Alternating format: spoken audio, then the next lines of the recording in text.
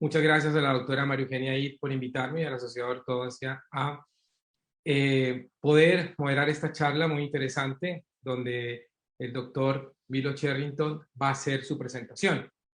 Es cirujano dentista de la Universidad de Antofagasta, ortodoncista de la Universidad Andrés Bello, es instructor de cursos digitales en ortodoncia y profesor invitado de varias universidades, de la UDD, de la UNAP y de la UNAP, y de la Universidad de Ley. Sin más presentaciones, dejo con ustedes a el doctor Milo Cherrington.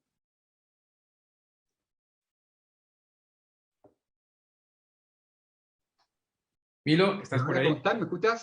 ¿Se escucha bien? Te escucho perfecto, así que bueno, toda la audiencia se está escuchando, bienvenido y nada, para mí es un gusto tenerte presente. Eh, Estuve en uno de tus cursos, así que la verdad es que es muy enriquecedora la experiencia que vas a compartir con nosotros.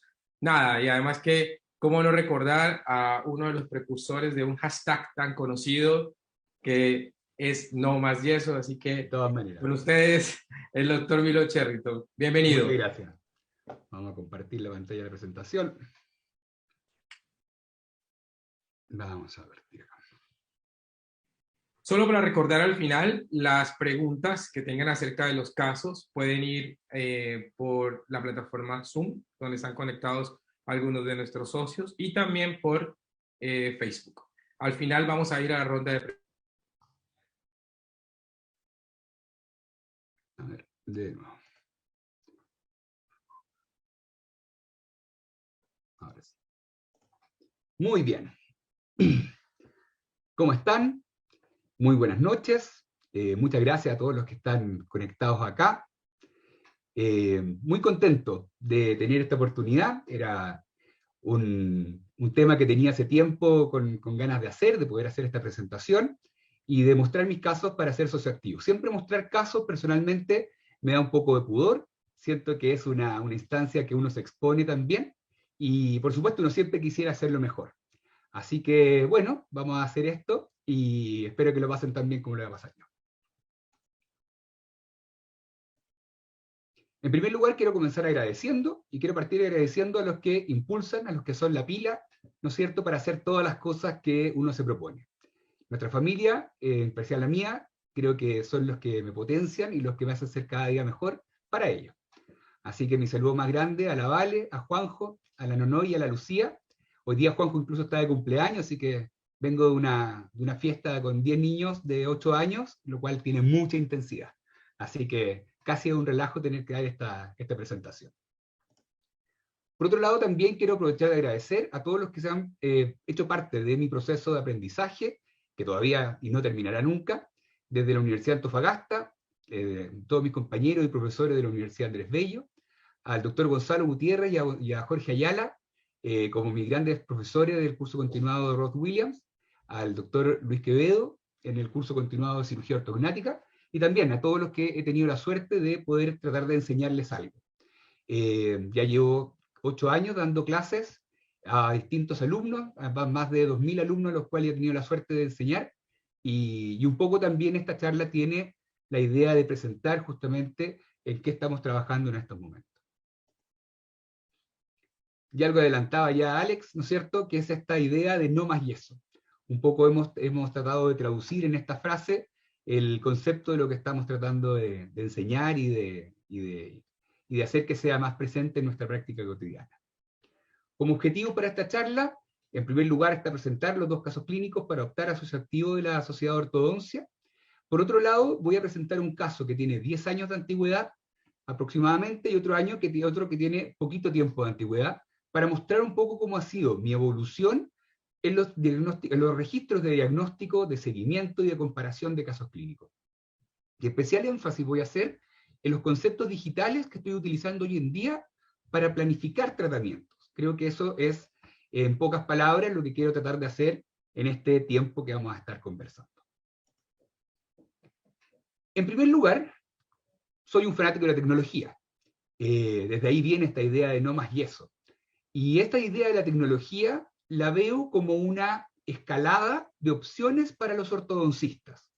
De alguna manera, cuando Andrew partió con su escuela de ortodoncia, de alguna manera hizo un hito tecnológico. Desarrolló el Ribbon Appliance, que eran estas bandas con los brackets soldados que se cementaban diente a diente. Y eso, la creación del bracket en sí, ya fue un avance tecnológico que comenzó la ortodoncia. Luego Tweed, ¿no es cierto?, con su IMPA y con la cefalometría, tuvo otro avance tecnológico, en el cual ahora se podía basar en ciertos números para tratar de definir tratamientos, con sus cosas buenas y sus cosas malas. Pero de alguna forma, ese avance tecnológico permitió que más ortodoncistas pudiesen acceder a esta especialidad. ¿Para qué decir Ricketts? El que realmente profesionalizó nuestra especialidad, a mi juicio.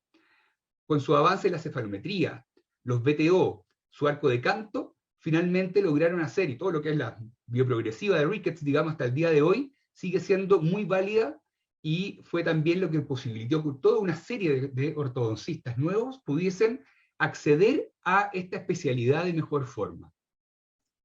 Luego Andrews, con su arco recto, ¿no es cierto?, con sus llaves de la oclusión, sus llaves de la armonía orofacial. Todo esto fueron avances tecnológicos que de alguna manera lograron que mucha más gente pudiese ir avanzando en este sentido, lo cual siempre repercute en los pacientes, por cierto. Y también quiero mencionar al doctor Jorge Ayala como un hito en la tecnología. Personalmente, yo de él fue con que aprendí mecánicas eficientes y el uso del articulador. Este aparato tecnológico me permitió ver lo que veía el doctor Ayala. Con el articulador era capaz de decir, mira, esto es lo que ve Jorge cuando logra terminar un caso de forma tan espectacular. Ese avance tecnológico espero que algún día haga que pueda trabajar como él. Hoy en día los avances tecnológicos más importantes creo que han sido las aleaciones modernas, partiendo por el níquel titanio, todo lo que tiene que ver con el anclaje esqueletal y por supuesto la ortodoncia digital. Estos tres grandes hitos han hecho que ahora mucha más gente pueda ser mejores especialistas. Y con respecto a la ortodoncia digital, que es donde centramos esta idea de no más yeso, tenemos distintas herramientas.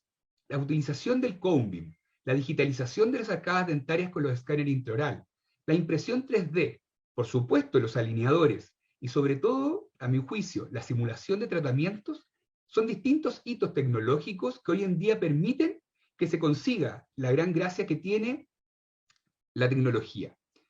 Que en estricto rigor lo que hace es disminuir la cantidad de años para que un ortodoncista logre tener éxito en sus tratamientos, considerando el éxito como una serie de objetivos cumplidos dentro de sus casos. Si Andel en los 1900 tenía que demorarse 20 años para poder tener tratamientos consistentes, o sea, un éxito en su práctica de ortodoncia, Tweed probablemente se demoraba ya mucho menos. Por supuesto, desde el arco recto de Andrews, esto ha sido aún más sencillo. Y yo soy de la idea, y es lo que he visto en los jóvenes que he tenido suerte de trabajar, que la ortodoncia digital hace que ellos aprendan más rápido, o sea, que su curva de experiencia sea más veloz para poder alcanzar éxito en la profesión. Y ahí está la idea de por qué usar tecnología en ortodoncia. Es porque hace que finalmente el paciente reciba un mejor tratamiento de profesionales más jóvenes. Eso solamente impacta en lo positivo. ¿Es obligatorio la tecnología? Para nada. El doctor Ayala perfectamente podríamos pasarle un arco de Angle y seguramente no va a tener ningún problema. Yo necesito todo lo que es la tecnología para poder trabajar medianamente bien.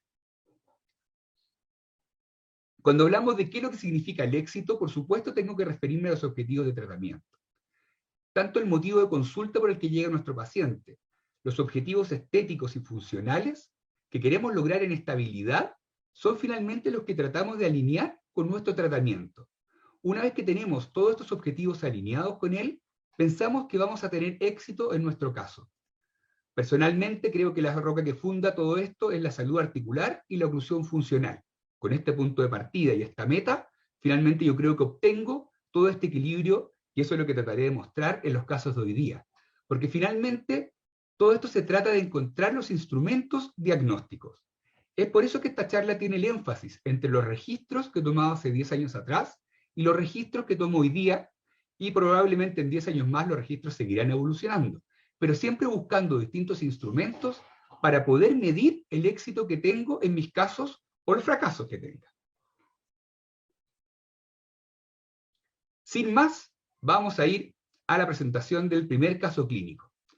Este caso, como les decía, fue uno de los casos que tiene que haber sido uno de los primeros 100 casos que tengo que haber tomado, y es el caso de Catalina. Catalina es una paciente de 22 años que viene por un retratamiento porque su oclusión no era adecuada según su opinión.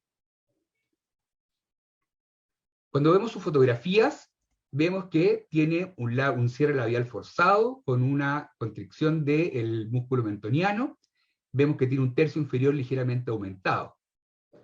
Vemos que tiene una sonrisa que en la vista frontal ya se ve con una cierta inclinación anterior de los incisivos. En las fotografías laterales vemos, ¿no es cierto?, cómo el mentón está en una posición retruida con respecto al labio superior, siendo que ya el labio superior también tiene una posición bastante retruida. Por otro lado, la sonrisa nos muestra una proinclinación de los incisivos con un perfil de emergencia demasiado anterior y una clara diferencia en la curva de la sonrisa. La cefalometría facial nos muestra también nuevamente el perfil disminuido y nos muestra también cómo hay una ligera, el mentón retruido, el labio superior retruido y una ligera aumento vertical del tercio inferior. Ya en la fotografía intraoral vemos una serie de otras características. Apiñamiento por discrepancia dentomaxilar en el sector inferior, una mordida abierta anterior y una mordida diente a diente general con una clase 2, ¿no es cierto?, dentaria. Están los terceros molares, que no están terribles, pero están en esa posición.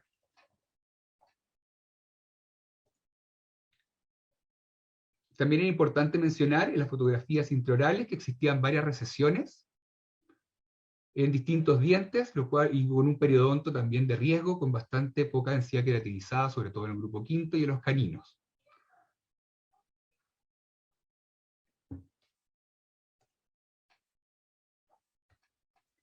La teleradiografía lateral, vemos que existe justamente esta mordida abierta, vemos una inclinación, ¿no es cierto?, de los incisivos, vamos a ver después la cefalometría, pero sobre todo quiero hacer énfasis en estas dos áreas.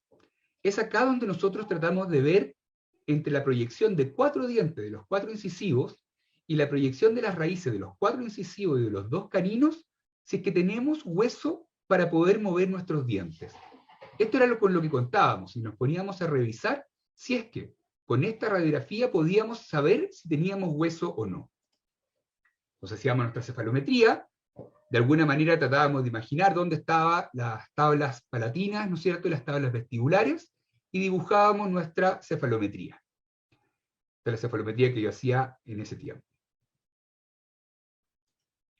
Donde, ¿no es cierto?, vemos que el hueso, como les decía, es lo que tenemos para movernos, y tenemos una protrusión del incisivo superior y del incisivo inferior, y una discrepancia sagital verdadera de 7 milímetros, lo cual nos hace una clase 2 moderada, tendiendo casi a severa. En el montaje en articulador, vemos que existe una discrepancia entre las dos líneas que están ustedes viendo en los primeros molares, que deberían estar en la misma posición, si es que estuviera la posición de máxima intercuspidación igual a la posición de relación céntrica.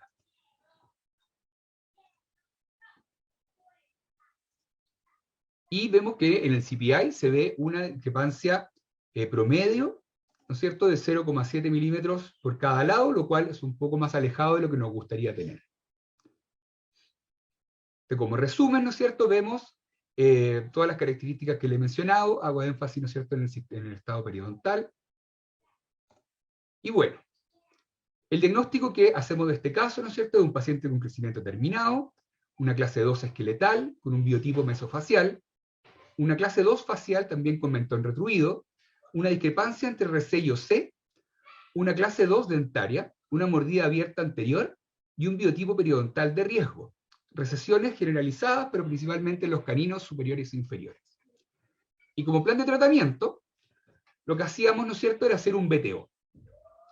Yo hace muchos años dejé de hacer BTO porque básicamente lo he ido cambiando por otras tecnologías. Pero, ¿no es cierto?, en este BTO lo que planteamos, primero es usar un plano desprogramador para solucionar algunos problemas funcionales, luego hacer una compensación de la clase 2, el caso idealmente podía llegar a ser considerado quirúrgico, pero la paciente no quería un tratamiento quirúrgico, era sobrina de un cirujano maxilofacial, así que no quería cirugía, y planteamos resolver el caso con exodoncias de primeros premolares superiores y con stripping del grupo quinto. Usar un anclaje recíproco superior y usar control vertical, en este tiempo, con topes oclusales. Entonces utilizamos un plano de cobertura total para el maxilar superior de 24 horas por aproximadamente 3 a 4 meses, casi 5, y estos son los cambios que obtuvimos. Una reclusión del mentón un poco más severa y oclusalmente una apertura, acá se ve la comparación, una apertura de la mordida abierta, ¿no es cierto?, con una distalización un poco mayor de la mandíbula. O sea, aumentamos la clase 2 y se disminuye el overbite. Bien, con esto comenzamos nuestro tratamiento. Partimos con arcos 0,14 y hicimos stripping en el generoso en los 4 superiores porque la paciente se iba de viaje. Una vez que volvió de viaje hicimos las extracciones y subimos de arco a un arco 0,20. Vamos haciendo el stripping a medida que vamos logrando la alineación de los dientes inferiores y continuamos con nuestra mecánica de arcos.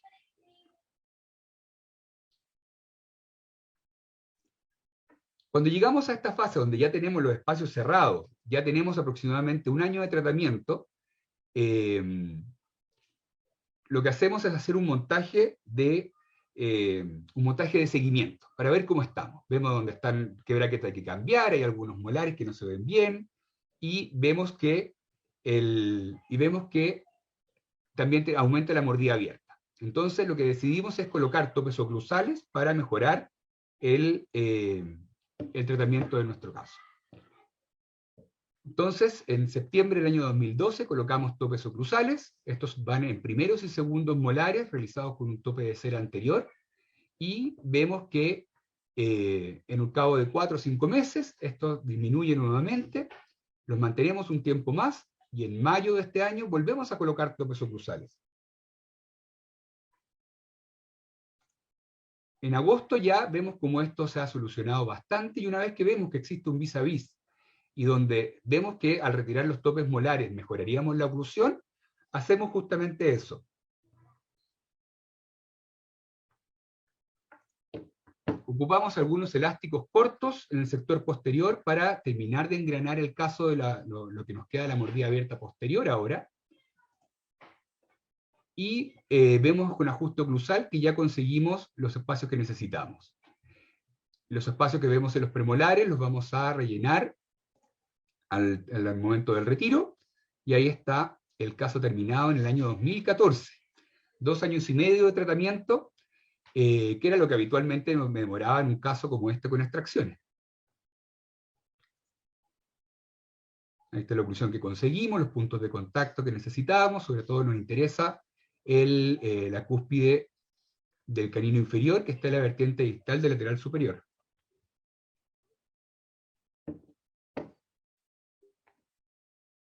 Entonces, esta es la comparación entre las fotografías iniciales y las finales. Fotografía de las guías. Y el montaje final, donde vemos que están las líneas que les decía en una sola línea, mostrando que existe una estabilidad de la oclusión. Estas son las fotografías iniciales. Postplano. Y el final del tratamiento. Vemos que se ha mejorado, ¿no es cierto?, la posición del mentón, y el tercio inferior ha disminuido. La sonrisa también tiene una evidente mejora. Y también lo mismo se ve en esta fotografía 3/4. La sonrisa de perfil, se ve que se ha disminuido, ahora es un perfil de emergencia recto.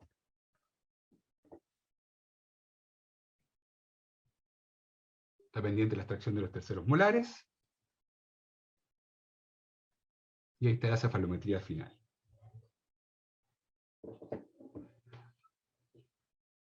Está la cefalometría, donde vemos el de la inicial a la final, como hay varios cambios, pero, ¿no es cierto?, hacemos una superposición cefalométrica para ver los cambios que obtuvimos.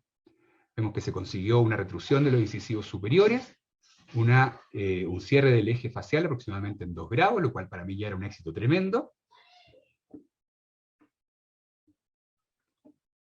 Y aquí está la superposición con el BTO, en comparación con el BTO inicial, donde vemos efectivamente que se cierra el eje un poco menos de lo que hubiésemos querido, y donde la posición del incisivo inferior es la que tiene todavía una cierta diferencia que en la posición que deseaba.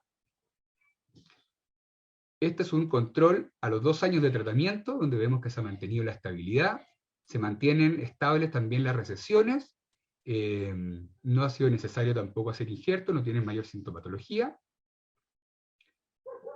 Y luego hacemos un seguimiento a los 6 años. En el año 2020 fue la última vez que vimos a esta paciente, o sea, la última vez que tomamos fotografías. Esta paciente en general viene una vez al año, y vemos que se ha mantenido, ¿no es cierto?, también la estabilidad facial y la estabilidad del tratamiento en sí.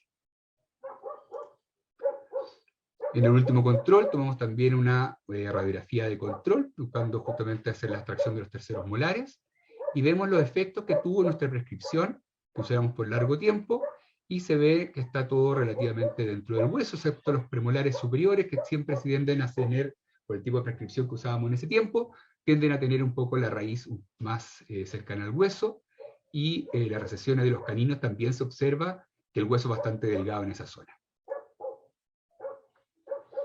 El segundo caso que les voy a mostrar es el caso de Nicole, y como les digo, es un caso mucho más actual. Tiene una mecánica diferente, tiene una forma de aproximarse al caso de forma diferente. Nicole es una paciente de 23 años que viene a la consulta porque nunca ha tenido tratamiento de ortodoncia. Tiene claramente un perfil con labios biprotrusos, con una nariz pequeña. En la sonrisa se ve una falta, ¿no es cierto?, de expresión de la sonrisa producto de la desarmonía que presenta. Y también, ¿no es cierto?, de perfil, vemos cómo el apiñamiento que tiene, o la falta de oclusión, hace que el labio superior también esté con una mala posición.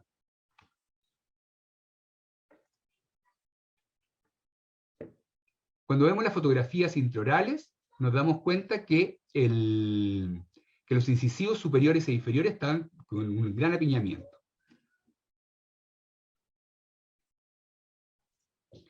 Y cuando vemos los modelos superiores, cuando vemos los modelos en R6-MIC, vemos uno de los grandes cambios que ya tenemos con respecto a los registros que tomábamos antes. Hoy día basta con pasar de una diapositiva a otra para tener la comparación entre R6 y MIC. Basta con hacer esta simple comparación para ver cómo se mueven estos dientes. Vemos que existe una RC bastante cercana a MIC, lo cual nos favorece para el caso, pero incluso vemos que la posición de la mandíbula se va hacia anterior, por la mordida cruzada que tiene entre la 1-2 y el grupo quinto. Además, hoy en día podemos superponer estos dos montajes, viendo justamente que la posición de los incisivos verdes está anterior, lo cual muestra que la mandíbula se va en esa dirección.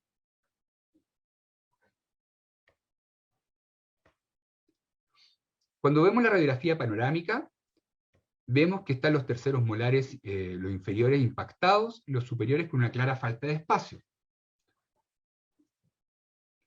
Y esta es la otra gran gracia que tenemos hoy día en nuestros registros. Contamos con una con una tomografía, la cual podemos hoy en día manejar de tal forma en que podemos hacer transparente los huesos y ver la relación que tienen los dientes con respecto al hueso alveolar, con respecto a las raíces que tienen, y basta con solamente una imagen, por ejemplo, para ver cómo están los terceros molares con respecto al nervio dentario, para ver cómo está el largo de las raíces de esos dientes que están más apiñados, para ver si es que existe algún diente incluido o retenido. Finalmente, hoy en día, con las tecnologías disponibles, es bastante sencillo conseguir imágenes como esta. Para mí esto hoy día es la nueva radiografía panorámica, porque nos muestra, en proporción 1:1 por lo demás, todas las piezas dentarias, su relación entre ellas, y además, ¿no es cierto?, los huesos que la rodean. La cefalometría digital que hacemos hoy día con el mismo software de la tomografía, podemos incluso usar la tomografía para hacer la cefalometría, en este caso está tomada aparte, porque es una tomografía de ventana un poco más pequeña. Vemos que la discrepancia sagital verdadera es de 4,5, quiere decir que es una clase 1. Y vemos también que existe una protrusión de los incisivos superiores e inferiores.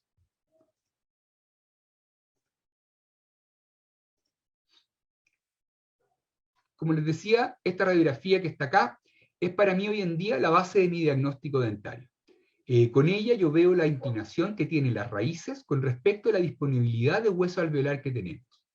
Si vemos las posiciones que tienen los caninos y los incisivos, vemos que no existe mucho hueso donde pueda moverlos. Quiere decir que mis movimientos van a tener que ser principalmente coronarios. Y si tienen que ser radiculares, tienen que ser con torque negativo para hacer que la raíz vaya, ¿no es cierto?, a donde está el hueso esponjoso. Por otro lado, vemos que transversalmente la paciente tiene una competencia transversal adecuada, pero que y vemos también algo que es muy importante, que las raíces de los segundos molares no están en directo contacto con las tablas linguales. Esto es algo que también me enseñó Jorge Ayala, y que básicamente si yo pienso en hacer un tratamiento con distalización, tengo que fijarme en la relación de los segundos molares con respecto a las tablas. No solo la corona que tenga espacio, sino que las raíces también lo tengan para poder moverse. En este caso tienen espacio para moverse hacia lateral y hacia distal. Bueno, el plan de tratamiento, ¿no es cierto?, parte con un diagnóstico. En este caso también tenemos un paciente con crecimiento terminado, una clase 1 esqueletal, un biotipo mesofacial, una clase 1 facial con protrusión labial, clase 1 dentaria con protrusión incisiva, discrepancia dentomaxilar severa superior e inferior, terceros molares impactados inferiores y un biotipo periodontal, en este caso, favorable. En este momento, en nuestro caso anterior, y lo que diríamos habitualmente, sería hacer un BTO basado, ¿no es cierto?, en nuestra teleradiografía. Entonces, el BTO, que es la visualización de objetivos de tratamiento, ¿no es cierto?, basado en esta cefalometría, ya sea en norma sagital o frontal, lo que hace es tomar un promedio del lado derecho e izquierdo y simular, ¿no es cierto?, un tratamiento ortodóntico. Lo que proponemos nosotros ahora es un prototipado de objetivos de tratamiento. Así como cuando se hace una fabricación de cualquier elemento, o cualquier elemento en masa, lo primero que se hace es un prototipo, lo cual es una prueba rápida de algún concepto. Entonces, por ejemplo, yo puedo hacer un prototipado de mi tratamiento con extracciones y otro sin extracciones, cosa que rápidamente yo sepa cuántos son los movimientos que tengo que hacer o cuántos son las discrepancias que tengo que resolver. Entonces, estos Treatment Objective Prototypes, que son los TOP, básicamente están basados en el uso de STL. Lo hemos visto mucho en alineadores, pero la idea es que utilizarlos para cualquier tipo de tratamiento nos permite diferenciar si el caso es para alineadores o no, sin necesidad de enviarlo a algún laboratorio, sino que hacerlo con software gratuitos que están a disponibilidad de todos. Tiene la ventaja de que se pueden apoyar también en la tomografía computarizada. Tiene la gran ventaja de ser multiplanar, quiere decir que lo veo en todos los sentidos del espacio. Puedo incluso hacer cortes de estos mismos prototipos. Además, puedo individualizar este prototipo por segmentos y puedo asociarlo a otras especialidades. A cirugía, ortodoncia por supuesto, colocar implantes, hacer rehabilitaciones, para básicamente tener toda la idea del tratamiento que quiera. Puede llegar a ser una simulación muy acabada, incluso cuando se usan alineadores, ya pasa de ser un prototipado o simulación, ya a ser una planificación de tratamiento propiamente tal. Y para realizarlo, lo que necesitamos son, en primer lugar, los elementos diagnósticos. Un poco lo que he mostrado antes, los registros diagnósticos de nuestro paciente para poder saber los límites biológicos con los que contamos. En segundo lugar, STL del paciente en RCE y en MIC, para poder definir qué posición de tratamiento quiero. Podemos usar el Cone-Beam, que podemos incluirlo dentro del software en los que lo permiten, o usarlo por separado solamente en las láminas diagnósticas que les mostré. Y por último, utilizamos un software de alineadores. Este software debe contar con articulador, si que queremos utilizarlo al mismo tiempo, o si no, debemos hacer el articulado virtual previo a utilizar el software de alineadores. En el caso yo ocupo el software que se llama Blue Sky Plan. Este 3D Top lo hago en una serie de pasos. El primer paso es buscar la mordida con la cual quiero trabajar. Es determinar una posición inicial de tratamiento, tanto de las articulaciones temporomandibulares como de la oclusión en sí, para buscar un punto de estabilidad ortopédica. En segundo lugar, voy a trabajar la dimensión vertical. Voy a hacer una autorrotación mandibular hasta que consiga la dimensión vertical con la que quiero trabajar. Eso va a hacer que se superpongan los molares normalmente, o los incisivos en algunos otros casos, y desde ahí voy a comenzar a trabajar en solucionar ese caso. Para esto lo tercero que voy a hacer es corregir la dimensión transversal. Voy a ver las expansiones tanto esqueletales como dentarias, voy a resolver los canteos que pueda tener en sentido transversal desde el punto de vista frontal, y por supuesto voy a corregir las líneas medias. Luego voy a definir la posición del incisivo superior e inferior, tanto en la alineación como si le falta o le sobra torque, así como también en sentido vertical. Luego voy a solucionar el apiñamiento que tenga el caso. Al hacer todos los movimientos anteriores se van superponiendo los dientes uno a otro, y de esa forma voy sabiendo cuánto apiñamiento voy requiriendo, por lo cual comienzo de lo más mesial de la línea media hacia distal. Y de esa manera puedo definir si el caso lo haré con extracciones, con reducción interproximal o con distalizaciones. Y por último, hacemos ajustes finales y tratamientos complementarios. Acá reviso que estén los torques correctos, finalmente hago que el caso pueda ser viable al 100%, y por ejemplo puedo mover la mandíbula en el caso que quiera hacer una cirugía ortognática. Puedo agregar coronas en el caso que lo necesite, podría agregar implantes en el caso que lo necesite, algún tratamiento complementario que quiera visualizar. Como yo sé que las listas son terribles, les traje un video para un poco ver cómo se realiza esto. Está en cámara rápida, pero la idea es que vayamos viendo cómo se hace un prototipo de...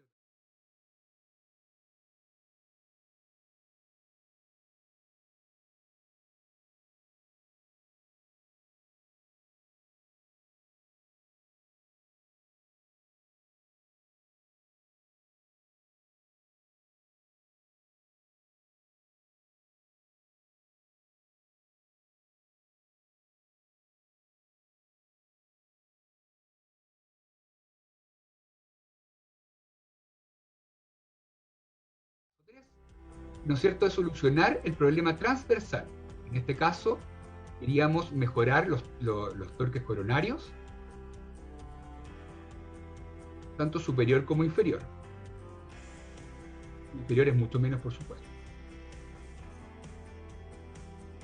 Y para esto me voy basando en mi radiografía, la cefalometría, los cortes que hice multiplanarios de los dientes diente a diente.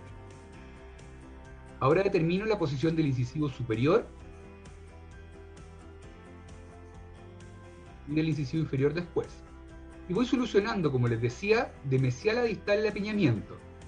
Si se fijan, se van superponiendo estos números que aparecen ahí, es la cantidad de entrecruzamiento que tiene un diente con otro, o la cantidad de reducción interproximal que yo debería hacer. Soluciona el apiñamiento tanto en sentido de la angulación de los dientes como en el apiñamiento que tengan de rotaciones.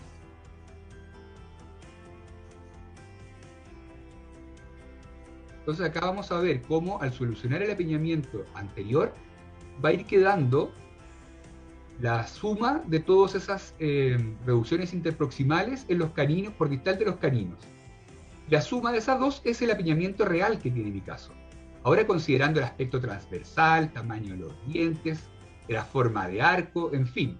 Todo lo que yo quiera saber, ahora tengo claro cuánto es el apiñamiento que tengo que hacer. Y ahora puedo decidir Si quiero hacer extracciones, quiero distalizar, quiero hacer reducción interproximal, ahora yo decido qué tipo de tratamiento quiero hacer.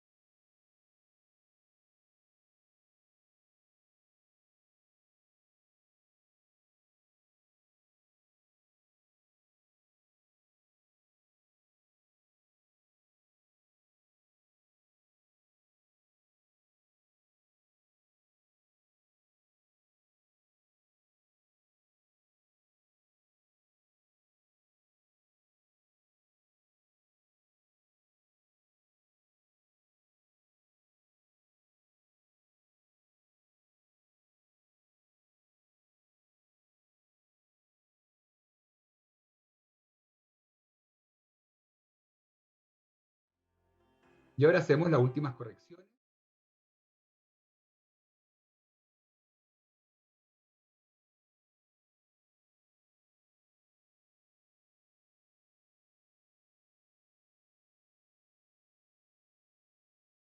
De diferencia de tamaño de los dientes superiores con los inferiores, y vamos a necesitar algo de rehabilitación.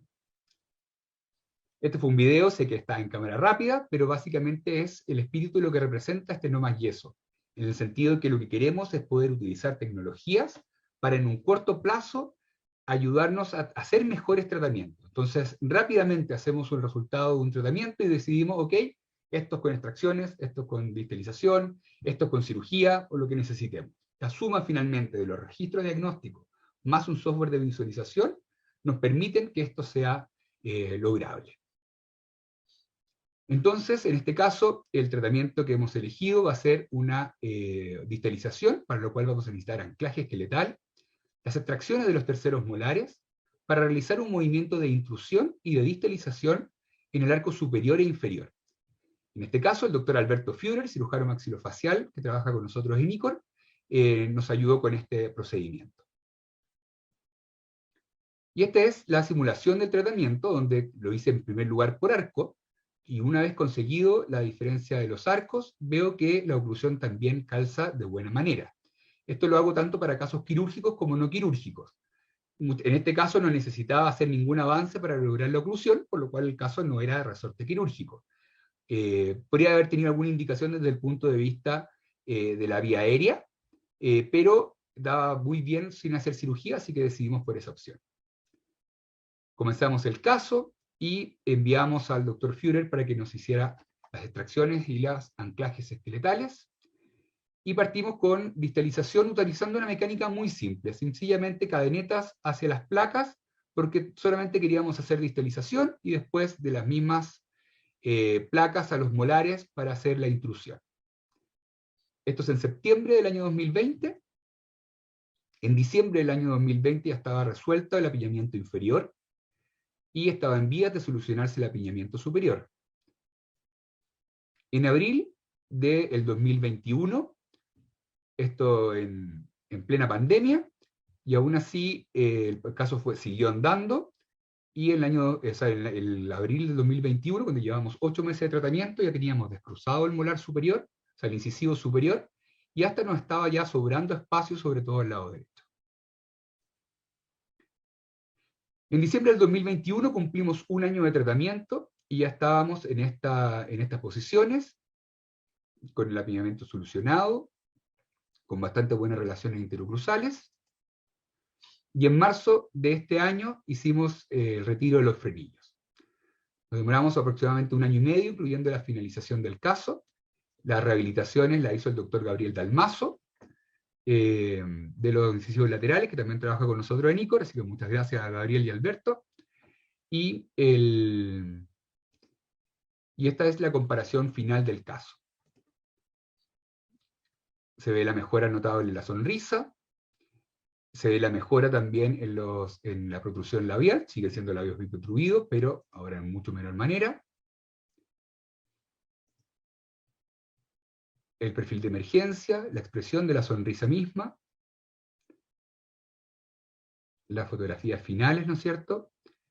El montaje final, donde vemos justamente que existe una discrepancia bastante pequeña. Ahí está la superposición, donde nos dice que sigue habiendo una leve procesión anterior de la mandíbula. Las radiografías finales, pareciera que hubiese una rizálisis en el 1-2, pero no es así cuando lo vemos en la radiografía diente por diente. Vemos la posición en que tienen los dientes, vemos que efectivamente el premolar quedó en una posición bien inestable, el canino también, pero tampoco mucho peor que lo que estaban en un comienzo. Por otro lado, hoy en día tenemos la posibilidad de hacer las superposiciones con un mapa de colores. Esto básicamente lo que nos muestra es que los colores que están en azul son zonas que se han ido hacia el centro de la estructura que estamos viendo, y los colores rojos son que ha salido hacia afuera, digamos, son hacia adelante, son los rojos, y hacia atrás son los azules. Y el concepto que vemos acá es que justamente el 1-2 es el diente que más se movió, y vemos que hay una posición hacia vestibular y hacia distal de todos los dientes de la arcada inferior.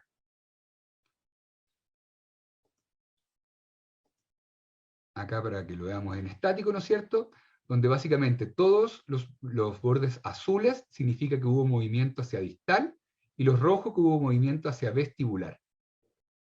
Todos los dientes anteriores también. En una posición más para el análisis del incisivo inferior, esta es una superposición típica que se hace con los modelos, donde vemos la posición inicial y la posición final, y acá en esta superposición con un mapa de colores, vemos que los colores azules son los movimientos que ha habido hacia distal de las estructuras, donde vemos todo lo que se ha movido cada uno de estos dientes. Cada vez que está muy azul es aproximadamente 1,5 milímetros o más que se ha movido, y en las zonas rojas son hacia vestibular. Entonces las zonas rojas van hacia vestibular, y las zonas azules van hacia distal, digamos. La comparación inicial y final.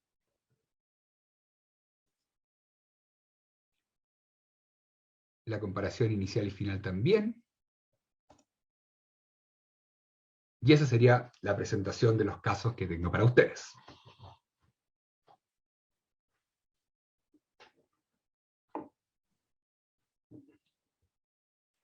Bueno, Milo, muchas gracias por tu presentación. La verdad es que nos hiciste hacer un viaje donde pudimos ver la planificación convencional hasta la planificación digital. De verdad que es muy enriquecedora ver cómo hoy en día estas herramientas nos permiten realizar diagnósticos y nos permiten tener mucha más información para poder tener datos, que es lo que finalmente necesitamos para diagnosticar, para procesar, pronosticar y finalmente llegar a un tratamiento exitoso con los objetivos planificados.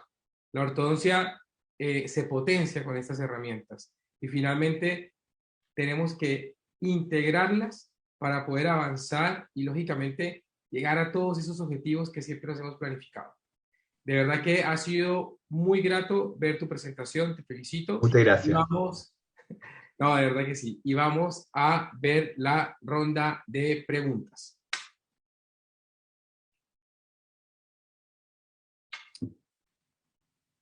La primera pregunta es, ¿qué software recomienda para planificar casos donde se necesita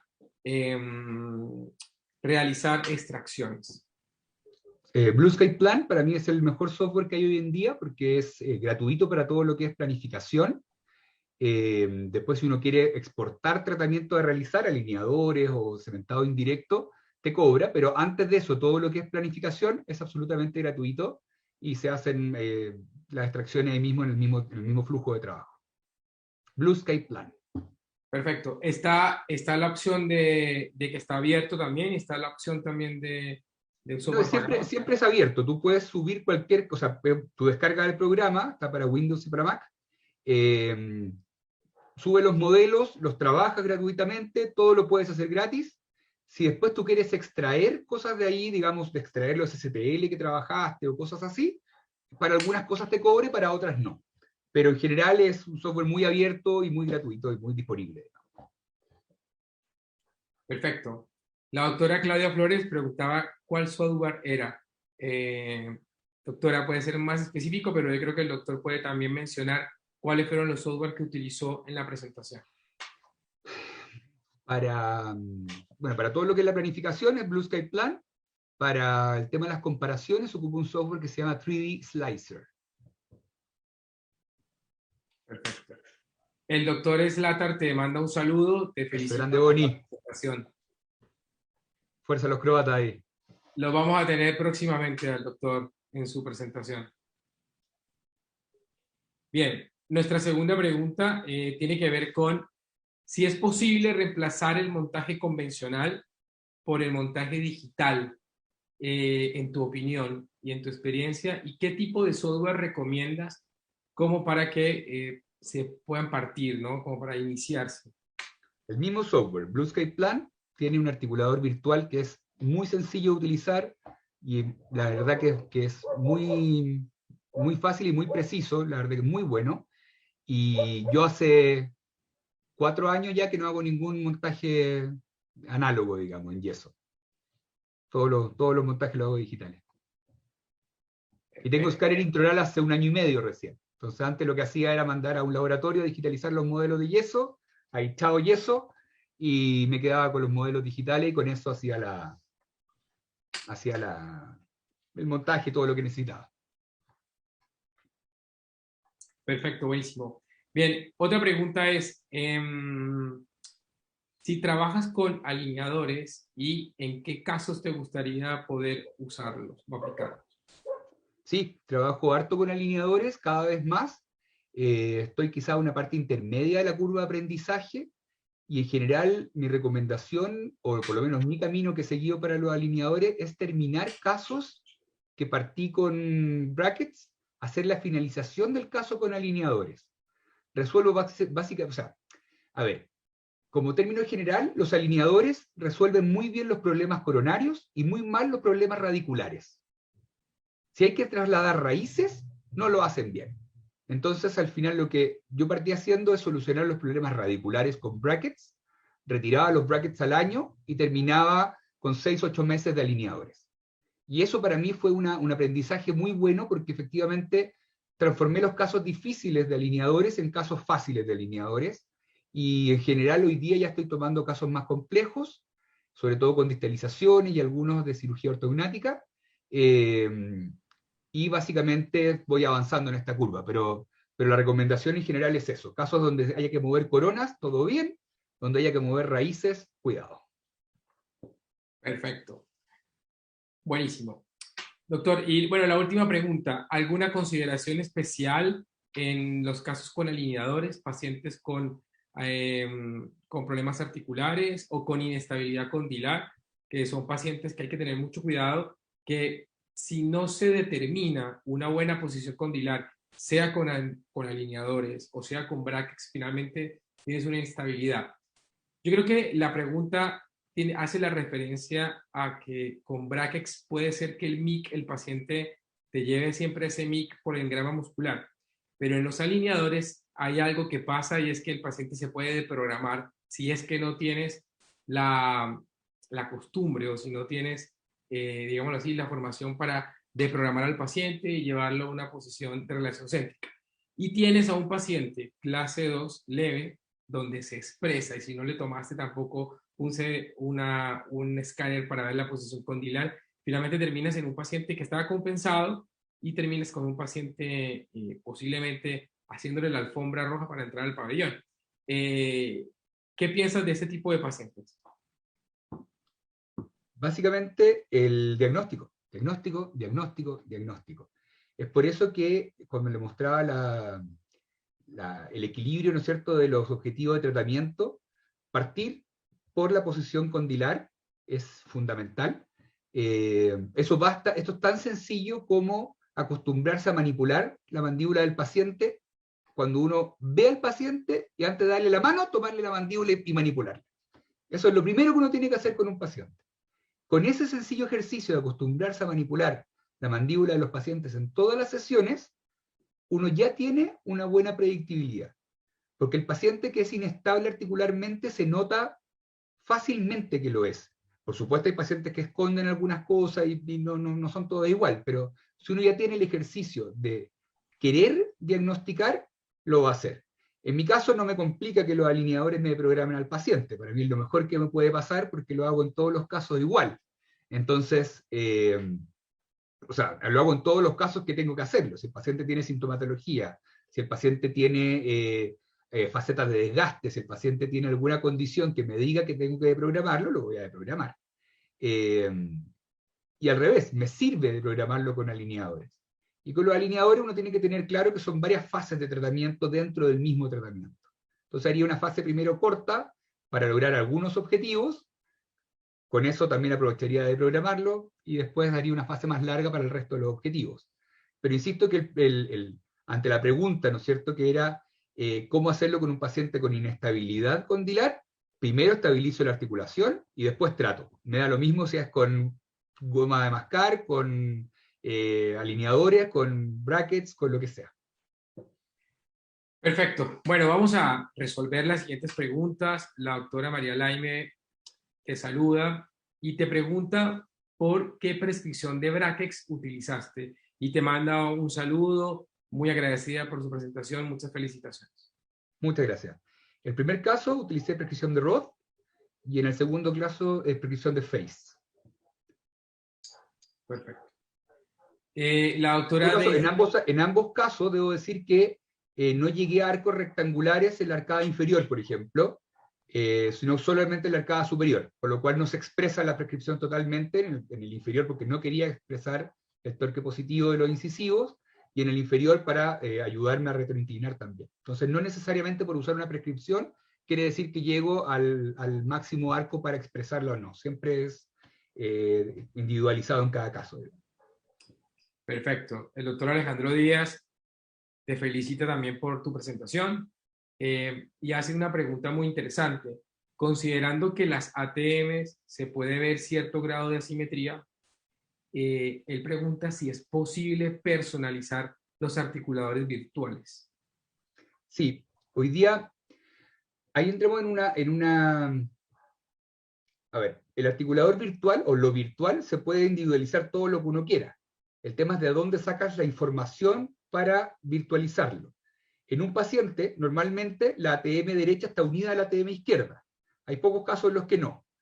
Pero en todos esos casos, por mucho que sean asimétricas, el eje de rotación sigue pasando por las dos. ¿En qué posición? Es lo difícil de saber.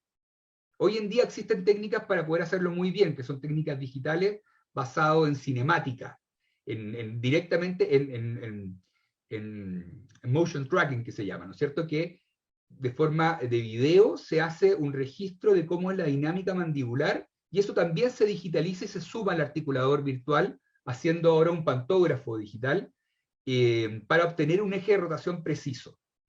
Esa es la única manera que yo conozco hoy día de establecer un eje real de bisagra del paciente 100%. Ni siquiera el axiógrafo lo consigue con una precisión total.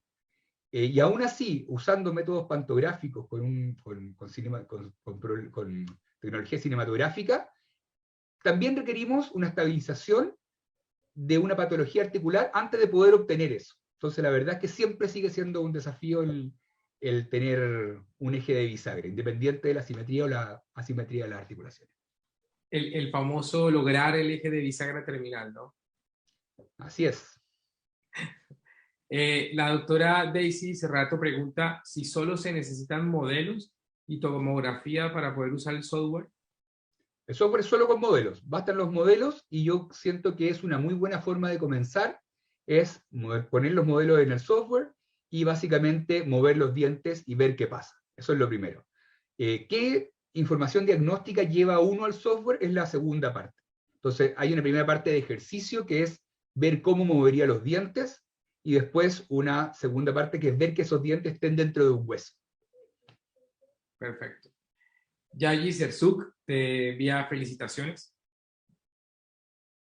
La doctora Carolina Marcela Dupré hace la siguiente pregunta. ¿Cuánto te demoras en hacer un diagnóstico digital aproximadamente? Te envía muchas felicitaciones también por la presentación. Gracias, Caro. Yo hoy día me demoro muy poco en hacer un diagnóstico, en preparar todo el caso me demoro muy poco, porque tengo un centro de diagnóstico donde hago una orden, En el centro de diagnóstico toman las fotografías, el COMBIM, el registro del articulador, todo, y lo mandan a un centro de procesamiento. Y ese centro de procesamiento hace toda la presentación que ustedes vieron y me la envía lista. Por lo cual para mí me tomó eso el tiempo de la primera consulta. Una vez que ya tengo el diagnóstico realizado, normalmente en hacer un prototipo de tratamiento me demoro media hora aproximadamente, dependiendo un poco el caso que sea. Pero ya tengo toda la información que necesito. Antiguamente en hacer el montaje en articulador, en hacer todo, me demoraba 2 horas, 3 horas en hacer un diagnóstico de un caso. Hoy día la verdad que me demoro muy poco tiempo. Perfectos. El doctor Juan Contreras Arellano, gran amigo Juanito. Pregunta, bueno, te da muchas felicitaciones primero que todo y bueno, te felicita, te dice que una maravillosa presentación. Respecto a la curva de aprendizaje, ¿cuánto demoras al hacer el prototipo de tratamiento desde que ya tienes el STL segmentado en Blue Sky? Media hora yo creo que un tiempo preciso, digamos que una curva de aprendizaje, en el primer caso te va a demorar 1 hora probablemente, pero en el segundo ya te va a demorar 20 minutos, 30 minutos máximo. Porque tampoco busco precisión, digamos que no estoy, es un prototipo. Entonces, llegar, mover los dientes, saber cuánto apiñamiento tengo, decidir extracciones o no extracciones y ver cómo me queda la oclusión. Es algo realmente. Después, por supuesto, le puedo ir dando más y puedo ponerme un día completo en hacer un tratamiento. Si me pongo a jugar con el computador, puedo estar todo un día, pero la idea es que sea un objetivo de 30 minutos máximo que uno se tiene que demorar.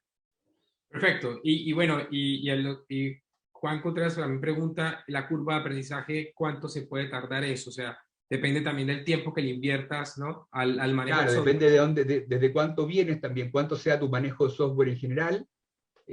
Hay alumnos de los cuales los llevo a comprar el computador y que de dónde se enchufa, digamos. Entonces, claro, desde ese momento hasta lograr una curva de aprendizaje puede ser mucho, pero hay otras personas que ya tienen un manejo, o lo que yo veo en los alumnos que tengo que están en posgrado o que están saliendo de la especialidad, nada, muy rápido, muy rápido.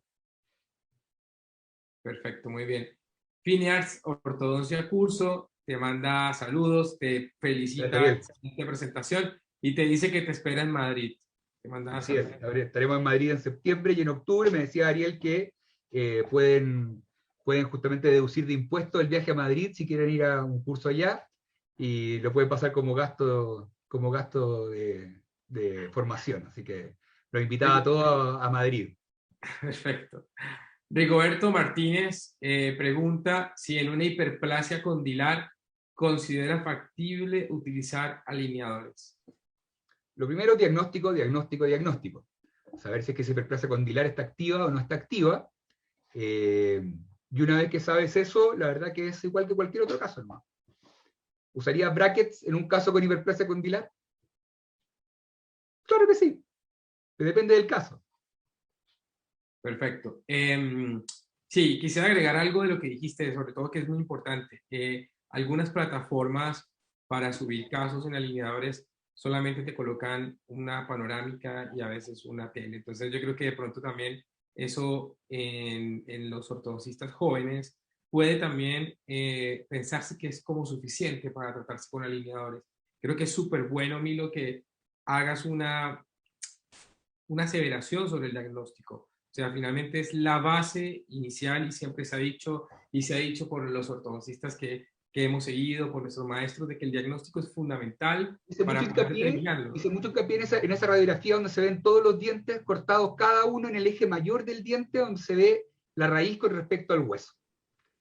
Esa radiografía para mí es la única que me dice si es que puedo mover la corona solamente, o sea, puedo usar alineadores, o si tengo que usar brackets o usar alguna mecánica complementaria incluso, porque es ahí donde yo veo cuánto límite biológico tengo.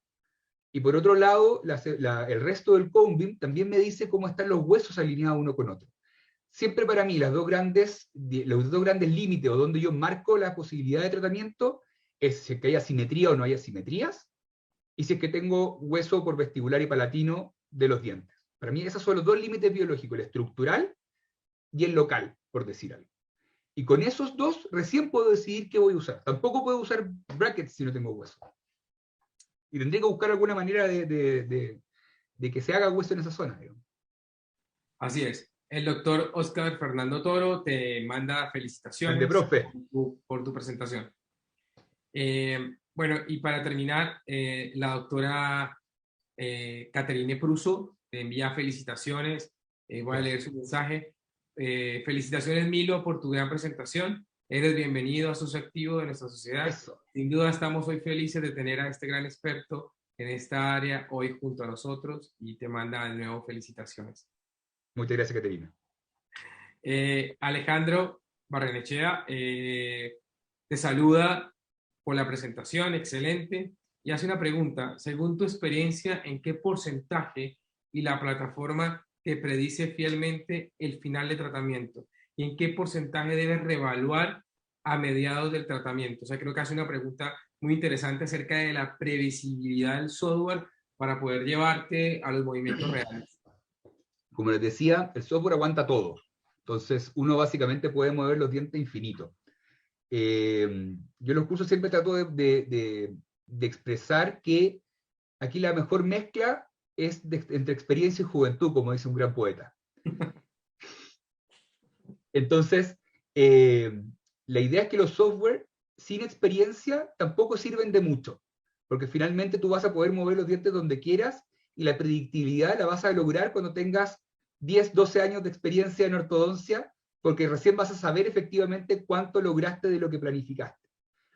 Si por otro lado, un chico que sabe usar el computador se junta con un ortodoncista de mayor experiencia que no sabe usar el computador, finalmente entre los dos van a poder lograr el mejor producto. El de experiencia le va a poder decir al chico hasta dónde se puede o no se puede, y su caso va a tener mayor predictibilidad, y a su vez el más joven va a poder enseñarle estas herramientas y van a poder trabajar ambos en conjunto. Y me gusta mucho el sistema de los estadounidenses, ¿no es cierto?, que siempre tienen un ortodoncista senior y un junior, y finalmente van haciendo este cambio de generaciones de los cuales se van traslapando. Y eso, como dice el poeta Arjona, ¿no es cierto?, entre experiencia y juventud está la gracia. Bien, perfecto. Bueno, vamos ya finalizando la ronda de preguntas. Estuvo muy interesante. Te felicito de nuevo por la charla. Para mí ha sido un gusto poder hacer esta moderación con Muchas gracias. tremendo conferencista, Milo. Bienvenido a la Sociedad de Ortodoncia. Eres un ortodoncista inquieto que aporta, que siempre está al día en las herramientas digitales. Así que de verdad que eres un gran aporte. Muchas gracias. Felicitaciones. La verdad que Y sí, para un mí, honor. para mí es un gusto poder darte este diploma de reconocimiento por tu charla de hoy día. Todos hemos visto cómo trataste estos casos y cómo lo llevaste desde lo convencional a lo digital, cómo recalcaste lo importante del diagnóstico, cómo nombraste a tus influencias, al doctor Ayala y todos los que han podido llevar a tu formación a lo que eres el ortodoncista que eres hoy en día. Así que bueno, una vez más, bienvenido y Muchas gracias. no, feliz de que estés acá. Y bueno, te dejo con la doctora María Eugenia It, que también te va a entregar un reconocimiento.